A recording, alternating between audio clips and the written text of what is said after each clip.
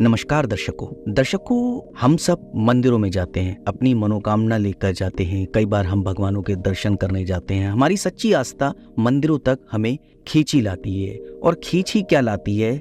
मंदिरों में जाने से हमारे सभी दुख और कष्ट मिटते भी हैं। वहीं कुछ ऐसे मंदिर भी हैं कि जहां पर लोगों को आपने देखा होगा दर्शन करते वक्त कि आप दर्शन कर रहे हैं और आपके बगल वाला एक अलग तरीके की हरकतें कर रहा है, जैसे कि उसके ऊपर कोई प्रेत बाधा आ चुकी हो या किसी प्रेत ने वास कर लिया हो। आप अभी तक तो उसे सही खड़ा हुआ देख रहे थे अपने बगल में, और एकदम से कुछ ही देर बाद उसके ऊपर कोई चीज खेल गई। और ऐसे कई मंदिर हैं। उन मंदिरों पर ऐसी प्रेत आत्मा उन मंदिरों में आ जाती है जो कि उन भक्तों को सताती है। मंदिर पहुंचते ही भगवान की शक्ति खुद ब खुद उन्हें उस व्यक्ति के शरीर से बाहर निकाल फेंकती है और उसके बाद वो व्यक्ति ठीक होने लगता है।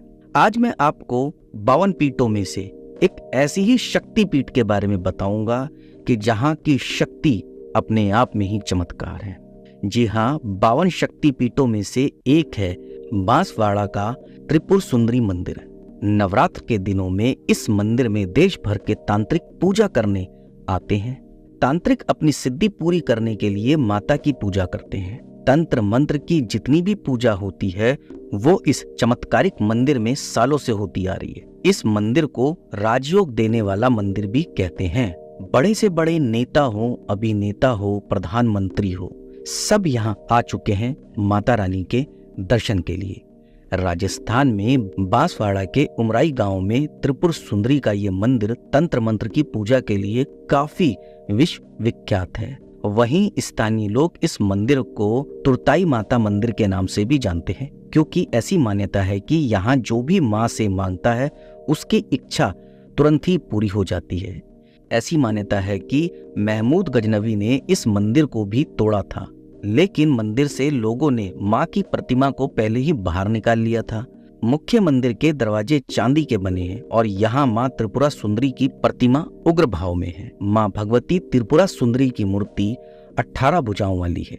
मूर्ति में माता दुर्गा के 9 रूपों की प्रतिकृतियां अंकित है। इस मंदिर में हर दिन माँ का 3 बार रूप बदला जाता है और हर हफ्ते के 7 दिन माता को 3 रूपों में सजाया जाता है। सुबह माँ कुमारिका, दोपहर में यौवना और संध्या काल में प्रौढ़ रूप में नजर आती है। यानी कि मेरा कहने का मतलब है कि जब भी आप माँ त्रिपुरा सुंदरी के मंदिर में दर्शन के लिए आएंगे तो माँ आपको अलग अलग रूप में नजर आएंगी। इस मंदिर को राजयोग देने वाला मंदिर भी कहा जाता है, जैसा कि मैंने आपको पहले बताया। और राजयोग आज के समय में किसको नहीं चाहिए? वैसे तो सबसे पहले नंबर राजनेताओं का ही आता है। तो ज्यादातर सत्ता की भूख रखने वाले या सत्ता का सुख पाने वाले नेता इस मंदिर में अवश्य आते हैं और उनकी मनोकामना भी पूर्ण होती है। बड़े बड़े नेताओं का यहाँ पर आना लगा रहता है। इसके अलावा एक बात और, जब भगवान शिव माँ सती के शव को लेकर ब्रह्मांड में घूम रहे थे, तब भगवान विष्णु ने भगवान शिव का मोह भंग करने के लिए अपने सुदर्शन चक्र से माता के शरीर को विच्छेदन किया था। तब माँ सती का मस्तक इसी जगह गिरा था जहाँ ये मंदिर बना है। इस पीठ की तांत्रिकों में बहुत मान्यता है। असम में कामाख्या और कलकत्ता में दक्षिण काली मंदिर की तरह ही इस मंदिर में भी तंत्र की पूजा की जाती है।